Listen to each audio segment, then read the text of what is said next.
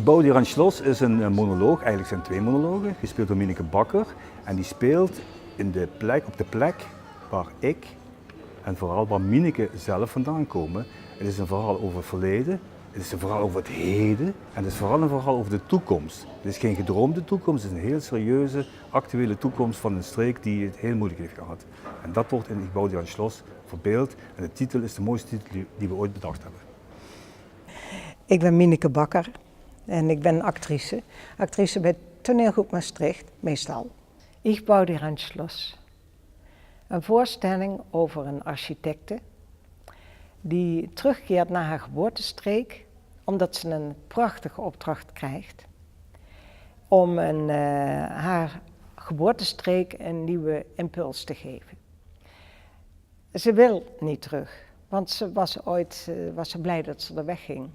Maar ja, de opdrachten liggen niet voor het oprapen, dus ze besluit om de opdracht aan te nemen en de uitdaging aan te gaan. Dat is de ene personage in het stuk. En het tweede personage maken we kennis met Bettina. En Bettina is een kroegbazin die in die geboortestreek een café heeft en die zich geconfronteerd ziet met de plannen van deze architecten. En deze twee personages laten ieder zien waar hun dromen liggen, hoe ze een gedroomde toekomst zien. En om die gedroomde toekomst te laten zien, blikken ze ook terug naar het verleden. Ich bouw dir ein Schloss, so wie im Meer. Er was een moment dat Michel en Savé artistiek leider werden bij Toneel Maastricht. En ze hadden een motto bedacht. Of een van de motto's was, en is nog steeds, wij willen ook voorstellingen maken over de grond waarop wij lopen. Nou ben ik een meisje, zeg ik dan altijd maar, dat geboren is op deze grond. Dan niet zozeer de grond van Maastricht, maar wel de grond van Spekkelzerheide. En Spekkelzerheide is een dorp in de oostelijke mijnstreek. En daar ben ik 61 jaar geleden geboren. En daar ben ik opgegroeid, daar heb ik mijn jeugd doorgebracht. En dat was een spannende tijd, want toen was er nog een mijnindustrie. En in de tijd dat ik puber werd, ging de mijn dicht. En dat betekent heel veel voor zo'n streek en dat intrigeert mij. En daar heb ik eigenlijk nooit iets mee gedaan.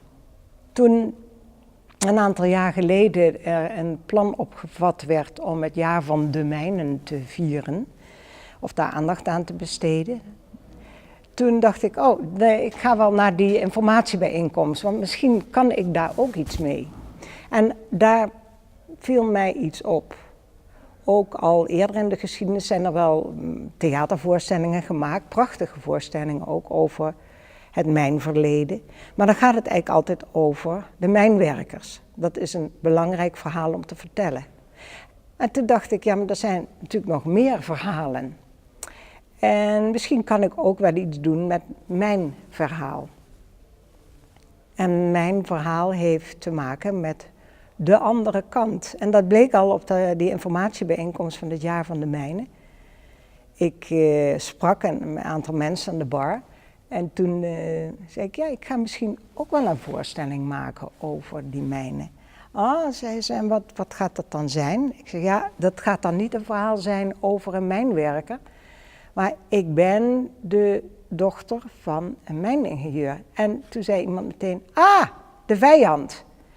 En toen dacht ik, god, dat is toch interessant. We zijn er 40 jaar verder, 50 jaar verder. En we zeggen nog steeds, we praten nog steeds in termen van de vijand. En dan word ik wakker en dan ben ik meteen geïnteresseerd. Mij intrigeert in dit vak vooral, waarom denkt iemand wat hij denkt? Waarom doet iemand zoals hij doet? Of dat nou mijzelf betreft of iemand anders. Ik kijk veel om me heen. Ik lees veel. Ik bedenk steeds, hé,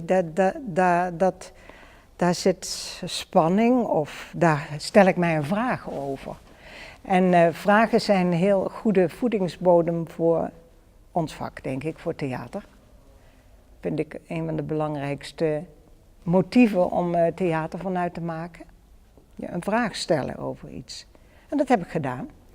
Dus toen ben ik aan de slag gegaan en toen ben ik naar Michel en Servet gestapt. En vervolgens zei Servet, ik ga jou koppelen aan Wiel Beijer.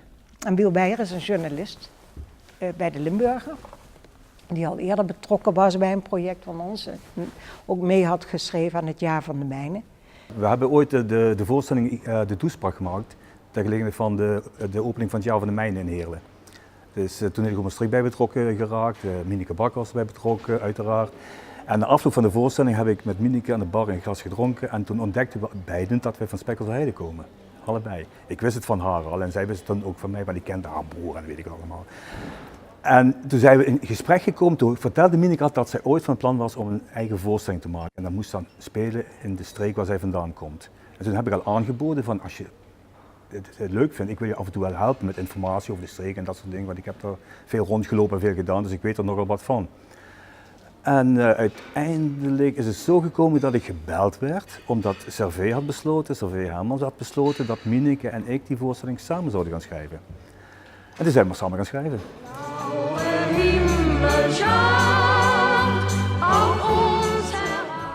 Dus toen zijn wij met elkaar een dag op onderzoek uitgegaan. Een soort memory lane gemaakt door Spekkelse Heide en onze gedachten, herinneringen en observaties gedeeld. En vervolgens zijn we gaan mailen met elkaar. Dan had ik een idee en dat mailde ik door naar hem en dan reageerde hij op. En dan kwam van hem weer een stuk tekst en dan reageerde ik op. En dat was een heel spannend proces. Want ik had dan een bladzijde en die ging over bijna een zintuigelijke beleving van iets wat ik daar had meegemaakt. En Wiel die kwam met bijna een interview wat hij met iemand had gehouden. En zei ik, ja Wiel, maar een interview, dat is geen toneel. Op de vloer, dat moet iets uit te vechten zijn. Ik heb nooit eerder een theatertekst geschreven, dit is mijn allereerste theatertekst. Ik heb wel geschreven, voor de krant heel veel. Ik heb als puber een gedichtenbundel gemaakt en een eigen beheer uitgegeven. Ik heb een Pinkpopboek gemaakt, waar de voorstelling Pinkpop op gebaseerd was voor een deel. Dus ik schrijf wel veel, maar theater nog nooit. En dat is ook met vallen en opstaan gegaan, kan ik u vertellen. Er zat in eerste instantie wel een patroon in. Ik kwam met 3 A4'tjes of soms met zomaar een los stuk tekst over wat of de architecten of Bettina beleefde.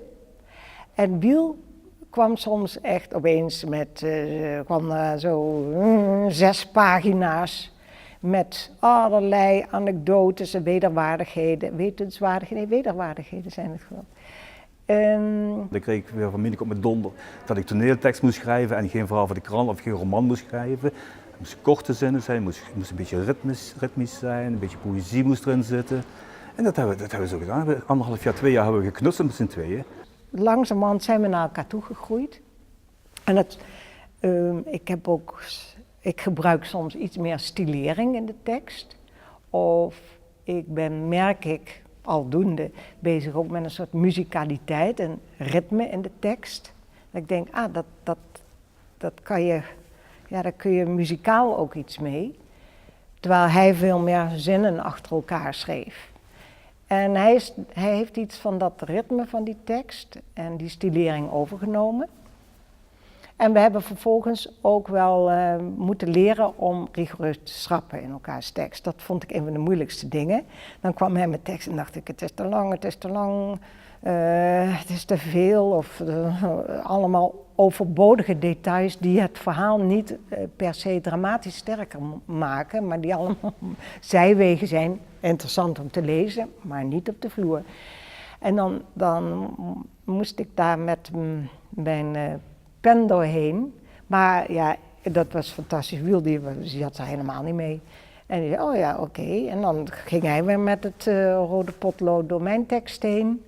En uiteindelijk zijn we ook gaan componeren. Dus je hebt allemaal losse stukjes en losse noten en akkoorden. En dan zei je, oh nee, als we dat nou vooraan plaatsen, we zetten dat daar, oh nee, dan kunnen we die daar en dan, maar dan kan dat stukje tekst weer daarin. En op die manier componeer je en monteer je als het ware zo'n tekst. Alle wolken ziehen zo snel voorbij.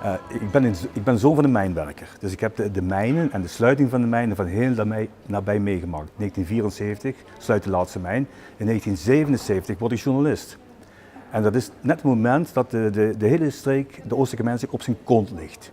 Ligt helemaal op zijn gat die streek. En de mijngebouwen worden gesloopt, de mijnbergen worden afgegraven, alles verdwijnt, alles moet met de grond gelijk gemaakt worden en dan wordt een nieuwe slogan bedacht van zwart naar groen. Nou, mooi. Daar heb ik nooit in geloofd, maar goed, dat is het tweede. Maar ik heb die streek vanaf dat moment naar beneden zien gaan. Van 1974 af tot ver in de jaren 80, denk ik, is het alleen maar bergaf gegaan. Werkeloosheid, verpaupering, armoede, noem maar op. Sociale werkplaatsen waar heel veel mensen in terecht kwamen. Dus er was bijna niks. Totdat een jaar of 10, 15 geleden die omslag kwam. En je zag het echt. Mensen gingen weer in de toekomst geloven. Die kregen die hele operatie naar het toerisme toe. Met de Gaia Zoo, met de Mondo Verde, met de Snow World, weet ik wat allemaal. Dat zijn de grootste toeristische attracties van Zuid-Limburg inmiddels geworden.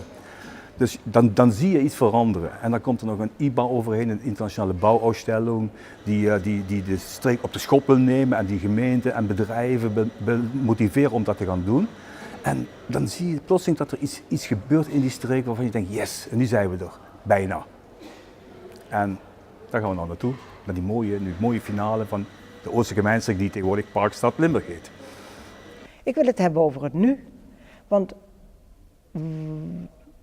dat wat ik net vertelde, die vijand en jij en wij en zij en dat soort tegenstellingen die gecreëerd worden. In hoeverre is dat nu nog zo? Wat speelt er nu? En dat vind ik eigenlijk veel spannender. Maar om het nu te kunnen begrijpen of te benaderen, dan moet je weten waar je vandaan komt en waar je naartoe gaat. En dat zegt iets over het nu. Het nu is altijd een transitiemoment. Dat was gisteren en er is morgen. Dat was 5 minuten geleden en straks 5 minuten. En eigenlijk is dat ook de basis van theater. Waar kom je vandaan en waar ga je naartoe? Mensen,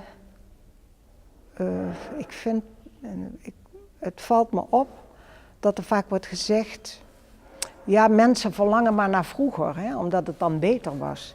Ik denk dat dat het niet is. Het was niet per se beter vroeger. Maar ik denk wel dat mensen verlangen naar een tijd dat er nog een perspectief was. En dat dat belangrijk is. Dus een perspectief dat het beter zou worden, dat we het beter zouden gaan krijgen. En dat dat een perspectief is wat nu aan het verdwijnen is, om allerlei redenen. En ik vind het belangrijk om daar iets over te melden. En dat is dan misschien een persoonlijke insteek, dat dat processen zijn of maatschappelijke ontwikkelingen en hoe staan mensen nu in de wereld. Dat vind ik interessant om daar theater over te maken en mij toe te verhouden. En in dit geval komt dat dan allemaal samen, dat ik zowel een voorstelling, een idee daar heb over mogen ontwikkelen, als dat ze mij gestimuleerd hebben om te gaan schrijven en dat ik dat dan samen met Wiel Beijer ben gaan doen. En vervolgens speel ik de voorstelling ook nog. Dus dat is eigenlijk wel een hele bijzondere combinatie. Ook wel spannend, geeft ook wel veel verantwoordelijkheid. Bau dir ein Schloss, du wirst schon sehen. Ik heb Mieneke geregisseerd in een voorstelling die ze zelf geschreven heeft. Dat was apart natuurlijk, dat is bijzonder, dat is niet hoe het normaal gaat. Maar ik vond dat wel heel erg leuk, want het is natuurlijk een heel persoonlijke geschiedenis die de beide schrijvers, het waren 2 schrijvers, Wiel Beijer, journalist van Dagblad de Limburger en onze toneelgroep Maastricht-actrice Mieneke Bakker. Zij maakten een heel persoonlijk verhaal. Ze schreven een heel persoonlijke geschiedenis die ook heel veel raakvlakken had met hun echte leven en hun echte opgroeien in Kerkrade of in Spekholzerij. En ja, dat is ook wel heel bijzonder, omdat je gewoon dat verhaal zo goed, zo scherp, zo precies mogelijk mee moet vertellen. Dus in die zin was ik veel dienstbaarder volgens mij aan dit project dan dat ik normaal zou zijn als als je meer de tekst van de ene komt en de vorm van iemand anders. En dit was een heel persoonlijk klein ding. Dat moesten we niet kapot maken, niet kapot regisseren. Dat vond ik wel een verantwoordelijkheid. Het was bijzonder, maar het is goed gelukt, vind ik. Ik had me wel iets voorgenomen. Ik wist dat Cerveze wilde dat graag regisseren. Ik dacht, nou, dat vind ik top. Ik had daar een goed gevoel over. En ik dacht, ik ga één ding doen, ik ga me openstellen. En proberen niet krampachtig vast te houden aan hoe ik denk dat het moet. Dat was best moeilijk, want in het begin, je bent de tekst aan het schrijven, en zoals ik nu net al zei, ik schrijf ook vanuit een bepaalde ritme of een muzikaliteit. En hij gooide dat soms overhoop. En dat is best heel lastig, want je hebt die tekst al heel vaak hardop gezegd. En daar hoort dan een bepaalde intentie of een manier van zeggen bij. En hij gooide dat overhoop. Alle wolken zien zo snel voorbij. De muziek in de voorstelling, dat was een onderdeel waar ik me heel graag tegenaan wilde bemoeien en waar ik ook al heel snel een beeld bij had. De voorstelling ging over het verleden versus de toekomst van zowel de hoofdpersonages als de regio waar die hoofdpersonages respectievelijk naar teruggaan of wonen. En het belangrijke aan die muziek was dat ze de toekomst moesten verklanken, de geluiden van een nieuwe wereld, van een plek in transitie, industriële klanken gecombineerd met de warmte, de zeenzoekt, de mooie kleuren van de jeugd bijna van die beide vrouwen.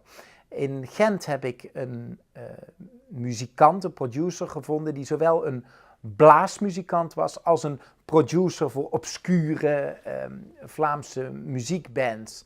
En het leuke daaraan was dat hij die verbinding kon maken in de troost die zat in de blaasmuziek en de vooruitstrevendheid, de toekomst van zijn productiewerk. En dat hoor je ook, die twee klanken, heel nadrukkelijk in de voorstelling. Omdat Quentin die luistert en die trekt zich dan terug in de kleedkamer. En dan gaat hij achter zijn apparatuur zitten en dan componeert hij iets afgaande op wat hij gehoord heeft. En opeens deed ik een groot deel van mijn monoloog en zat er al best ingewikkelde muziek achter. En dat is...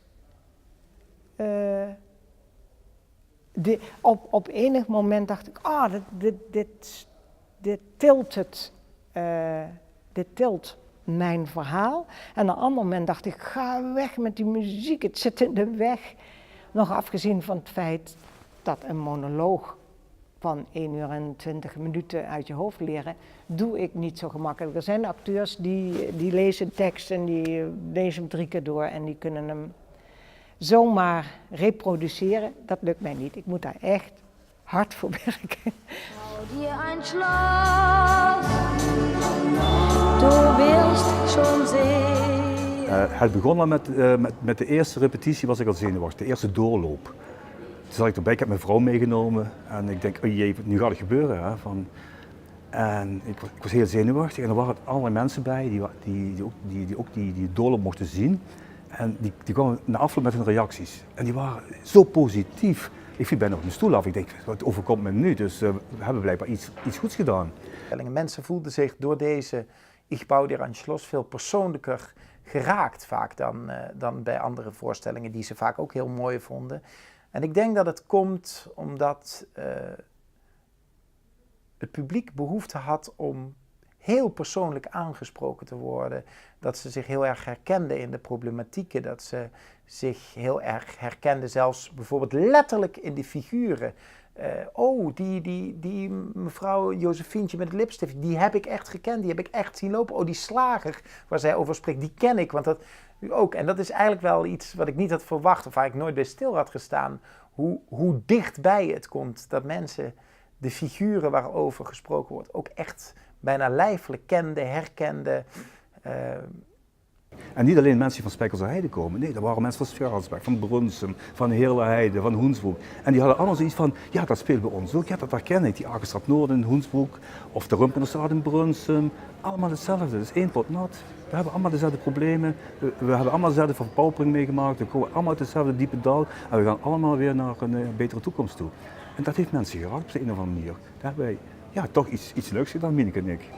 Voor mij past deze voorstelling binnen de andere voorstellingen van Toneelgroep Maastricht, omdat ze een onderwerp behandelen, omdat het een verhaal is dat ontstaan is op de grond waarop wij lopen. Het is een verhaal van hier, het is een verhaal over Limburg, van personages die uit de streek komen. Het zijn ook problematieken die heel erg Limburgs zijn, zoals een krimpregio en de toekomst in een krimpregio voor de mensen die er wonen. Dus het is een hele Limburgse voorstelling, een voorstelling die heel erg dichtbij komt voor het publiek. En ja, daarmee klopt het gewoon dat het onze naam draagt.